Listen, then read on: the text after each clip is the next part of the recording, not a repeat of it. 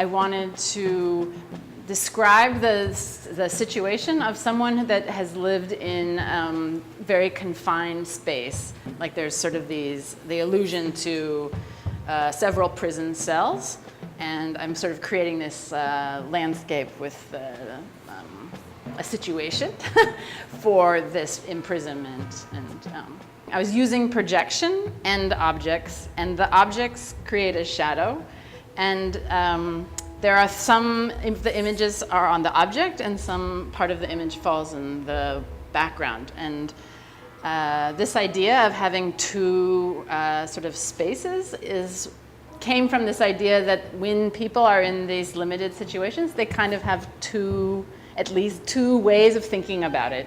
One is, I have to do what they say in order to stay alive, but then the other side is, I have to have some hope that I will get out. For example, I was reading about hostages or prisoners or people that were very confined. And how is it that they survive this kind of confinement? Like, what is it, the psychological part of it?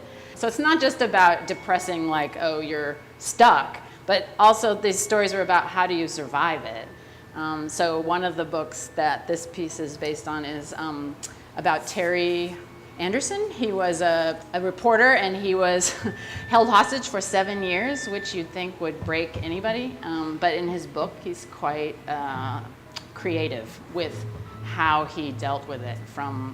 So for the viewer, I want to create this idea that you have to also balance these two types of existence. So with this one, I think it's pretty evident. You can see those two spaces, yeah. I broke my back about 2 years ago, and I was confined to the couch for about 4 months, and all I did was look at the ceiling, really, like for a long time.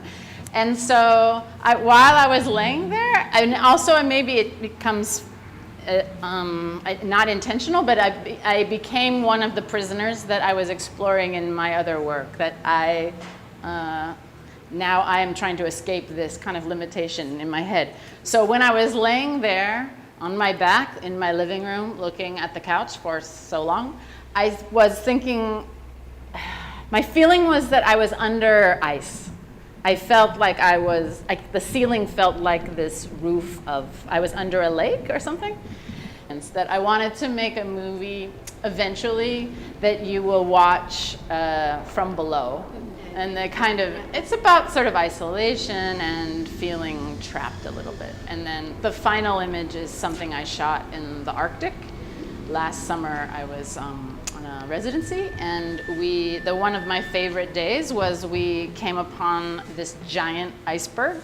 I brought a hospital gown, and I just posed on this iceberg as a kind of patient after I had other medical things for a couple of years, so this became a symbol for me of the kind of medical, I don't know, sort of a medical isolation or kind of a trauma, or just I'm on an iceberg by myself, and that is in the video.